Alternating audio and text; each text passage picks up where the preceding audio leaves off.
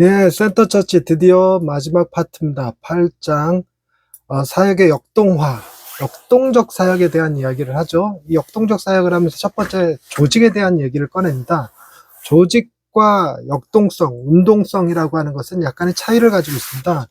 그래서 조직은 어떤 일을 꾸준히 해나가는데 도움이 되기는 하지만 성장 가능성을 좀 떨어뜨리는 측면이 있고, 운동성은 그 힘을 발휘하는 데는 효과적이지만 너무 쉽게 지치거나 무너질 가능성도 있죠. 그래서 조직이 어느 정도 뒷받침되는 그리고 운동성을 가지는 게 좋죠. 그러니까 기존의 교회들이 운동성을 가지게 되면 제일 좋은 거가 될 것입니다.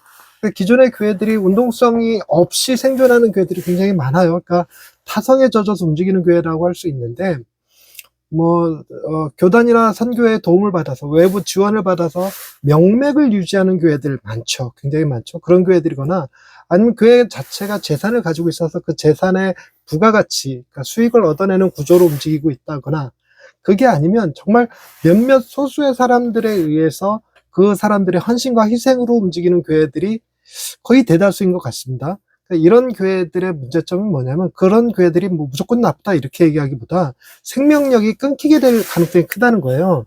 여기 써있는 표현대로 그대로 얘기하자면, 자기 희생과 헌금을 통해서 이렇게 교회를 운영하던 소수의 인원들이 지쳐버리게 되면 그때는 탈진하게 되는 수가 생기죠. 그러면 교회가 재생산하는 능력이 없기 때문에 결국 쓰러지고 만다라고, 이제 표현은 쓰러진다라고 했지만 그렇게 해서 문 닫는 거죠. 소멸하는 거죠.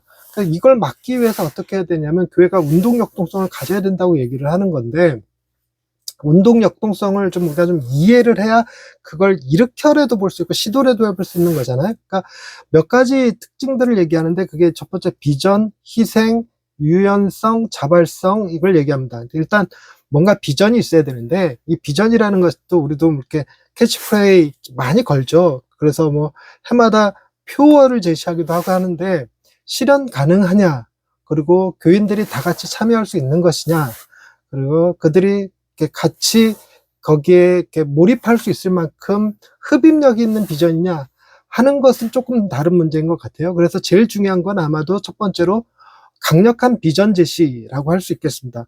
근데 강력한 비전 제시가 이게 강력한 지도자가 아니면 쉽지 않은 문제가 있다는 것이 좀 있긴 한데요.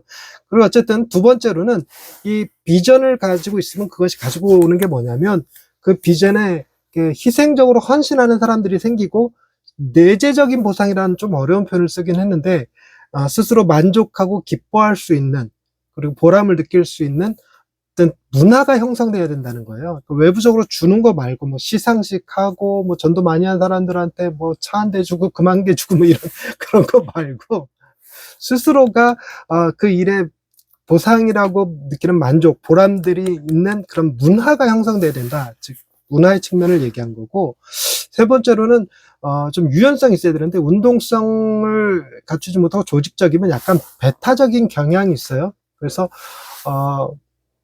다른 그 운동 혹은 다른 문화를 가진 조직들을 수용하지를 못해요. 그러니까 교회 안에서 예를 들자면 외국인 노동자 그 센터가 들어오는 거에 대해서, 혹은 그 사역이 들어오는 거에 대해서 싫어하는 교회들도 있죠. 예, 뭐 하다못해 예수전도단 팀이 들어온 거에 대해서 불만을 가진 사람들도 많고요. 어찌됐건 이게 좀 아무래도 유연성이 부족한 측면이 있습니다. 그러니까 운동 역동성이 있는 교회는 이 유연성을 가지고 있다는 것입니다. 그리고 뿐만 아니라 이게 또 화석화되지 않아서 누구든지 얼마든지 아이디어를 낼 수 있고, 그리고 의견을 제시할 수 있고, 이것이 토론 문화 혹은 같이 의논하는 문화가 가능하다는 거예요. 그래서 자발적으로 내부 안에서 어떤 문제 제기와 해결책과 방향성과 이런 것들을 얘기할 수 있는 문화가 형성되어야 한다는 것이 이제 운동의 성격입니다. 다시 얘기하자면 운동은 비전이 있어야 되고, 희생하는 문화가 있어야 되고, 그리고 다른 문화나 조직에 대해서 유연하게 받아들일 수 있어야 되고, 그리고 스스로 움직일 수 있는 자발성이 있어야 된다고 이렇게 얘기하죠. 근데 좀 비유를 들어서 설명하자면, 자동차를 비유로 들자면, 여러분 전륜식, 후륜식 이런 말 들어보셨죠? 앞에서 끌고 가는 차, 뒤에서 미는 차가 있는데, 고급차는 이 뒤에서 미는 차입니다. 후륜식이죠. 그러니까 그걸 조직에다 이제 공동체에다 비유를 하자면, 앞에서 몇몇 사람들이 이끌고 가는 건 전륜식이라고 할 수 있겠죠. 당회가 모든 걸 결정하고 그대로 끌고 가는 거예요. 근데 후륜식은 교인들이 무엇을 하고 싶어 한다고 이거 합시다, 교회로 옮기십시다, 뭐 교육관을 지읍시다 하는 말들이 이 회중에서 나온다면 그러면 이게 후륜식이 된다는 거예요. 그래서 회중에서 나오고 당회나 이제 지도자들은 핸들링만 하면 되는 그런 상황이 되는 거죠. 그래서 앞에서 끌고 가는 걸 조직이라고 그러고 뒤에서 미는 거를 이렇게 운동성이라고 할 수 있을 것입니다. 그래서 운동의 제도가 되지 못하는 이유는 비전이 전략으로 떨어져 버렸고 역할이 의무가 돼 버렸고 팀이 구조가 됐고 네트워크가 조직이 돼 버렸고 인정이 보상이 돼 버렸고 말이 조금 어려운데 하나씩 풀어보자면 이렇습니다. 그러니까 우리가 어떤 비전을 제시해야 되죠. 이 지역을 복음하겠다든지 이 지역의 가난한 이들을 돕겠다고 하든지 이 지역의 몇몇 환우들을 돌보는 일을 하겠다든지 하는 어떤 비전을 제시할 수 있어요. 그런 비전들이 하우투로 변질돼 버리는 거예요. 그래서 어떻게 할 것이냐, 그래서 그 전략을 짜는 거죠. 전략을 짜서 움직이면 그걸 누가 봐도 조직적으로 움직이고 있다 이렇게 느끼죠. 그걸 운동이라고 안 하고 조직이라고 말하죠. 그런 것들은 되게 어떤 역할을 주기보다 어떤 의무를 맡깁니다. 넌 이거 해야 돼, 넌 저거 해야 돼. 그러면서 어떤 팀으로 움직이기보다 어떤 구조적인 단체 모임으로 움직이게 되고, 그리고 그 안에 조직이 형성되고, 그리고 그들이 이제 내재적인 내재적인 보상이라기보다 외부적인 보상. 그래서 그 일을 잘 마쳤을 때 얼마나 성실히 수행했느냐에 따라서 무슨 페라도 한 장 줘야 될 것만 같은 그것이 자꾸 그렇게 움직여져요. 그래서 운동이 정착되지 못하는 이유가 있다는 겁니다. 그래서 제도와 운동에 대해서 표로 이 교과에서 이렇게 쭉 설명해 놨는데 이것들을 가만히 들여다보면 많은 교회들이 제도화도 되지 못하고 운동성도 갖추지 못한 채 애매하게 빠져 있는 경우들이 있다고 느끼는 게 많습니다. 제대로 제도화만 돼도 사실은 될 것 같고 뭐 이런 느낌이 들기는 해요. 특히나 우리나라는 오랫동안 문화가 이 조직 문화를 유지하고 있었기 때문에 이 조직이 갖춰져야 돼. 그래서 먼저 우리는 어떤 일을 하려고 그러면 뭐부터 하냐면 발대식부터 하죠. 그래서 조직부터 만드는 그런 성향이 좀 있습니다. 근데 이 운동성을 가진다라고 말할 때는 조직을, 제목이 이번 챕터가 조직을 존중하라잖아요. 사역할 때는 조직을 존중하라. 그래서 당회에서 남선교회, 여선교회, 뭐 교육부 이런 거 할 때 다 상명하다식으로 전달하는 것이 아니라 그들이 알아서 스스로 어떤 계획을 가지고 목표를 가지고 움직일 수 있도록 어떤 뭐라고 표현하죠? 그것을 자발적으로 움직일 수 있는 여유를 주는 거예요. 그런 여지를 좀 주는 거죠. 그렇게 해서 그들의 사역을 잘할 때 격려하고 못할 때 도와주고 뭐 필요할 때 재정이라든가 공간이라든가 사람이라든가 좀 대주고 하는 방식으로. 그래서 많은 교회들이 운동성을 얘기할 때 교인들 중에서 김치 담글 줄 아는 분이 무슨 김치 가르치는 일, 문화센터 이런 것도 하고, 뭐 이발하시는 분들이 모여서 외국인들 머리 깎아주고 한글 가르쳐주고 뭐 이런 거 했다고.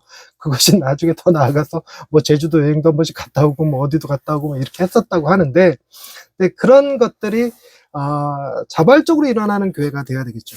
문제는 앞으로도 우리가 쭉 그 뒷배에서 배우겠지만 이런 자발성을 어떻게 일으켜낼 것인가라는 거예요. 어떻게 그런 자발성을 끌어낼 것인가.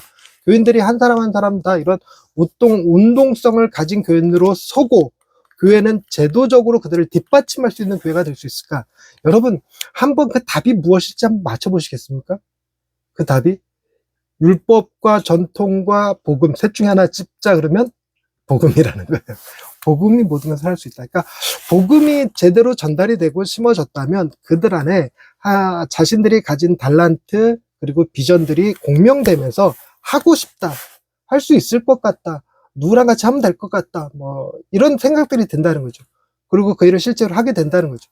그러니까 이런 것들이 이제 복음의 역할이 될 수 있겠죠. 그러니까 복음이 약화되고 점점 교회가 굳어지고 있다면 복음이 사라지고 율법을 설교하고 있는 경우이거나 조직 관리 조직체 운영에만 더 몰입되어 있는, 그래서 어떤 전통을 만들어 나가는데 더 집중되어 있는 경향이 있다는 걸 스스로 점검해 볼 필요가 좀 있을 것 같아요.